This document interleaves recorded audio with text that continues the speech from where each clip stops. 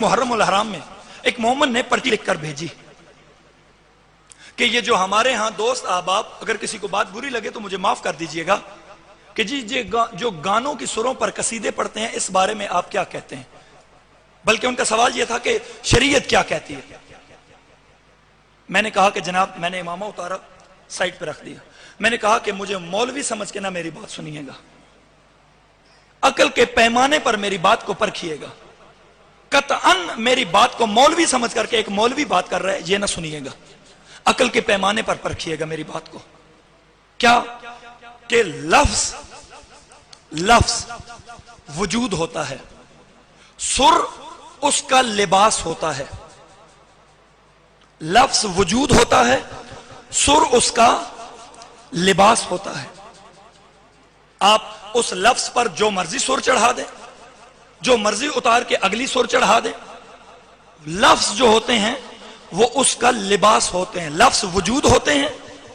سر اس کا لباس ہوتا ہے۔ اب مثال دوں، وہاں جو میں نے دی،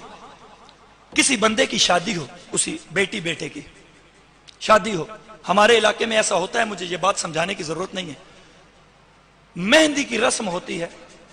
اس رات میں باقاعدہ طور پر ناچنے والی فاحشہ خواتین بلائی جاتی ہیں، ہوتا ہے یا نہیں ہوتا؟ ہوتا ہے۔ اگر وہ فاحشہ خاتون آئے، آپ کی محفل میں جائے، وہاں ساری رات وہ ناچتی رہے،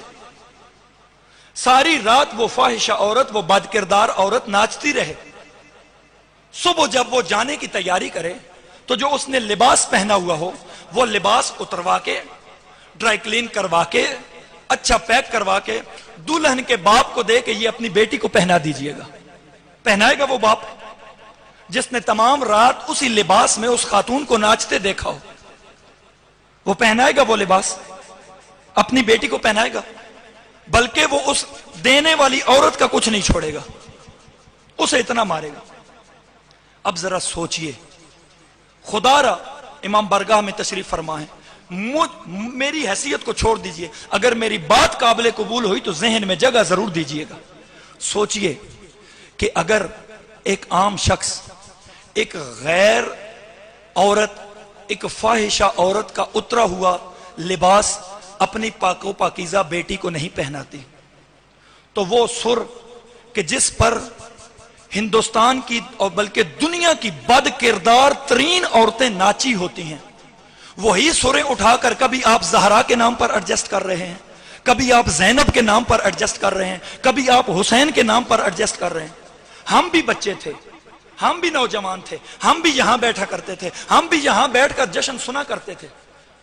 ہمارے بھی دوست احباب ہوتے تھے، ساتھ بیٹھے ہوئے ہوتے تھے، جو ہی یہاں پر کھڑے ہو کر ذاکر صاحب شروع ہوتے تھے نا، سر لگاتے تھے تو نوجوان فوراً ایک دوسرے کی طرف دیکھتے تھے، ایک کیڑے گانے دی بلا سر ہے،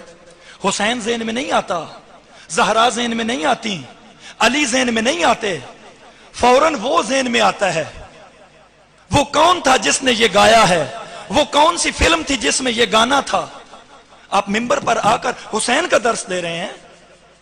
آپ لوگوں کو حسینیت سکھا رہے ہیں، ان لوگوں کو ہم کتنے کتنے پیسے دے کر، حرام کا پیسہ ہے آپ کا،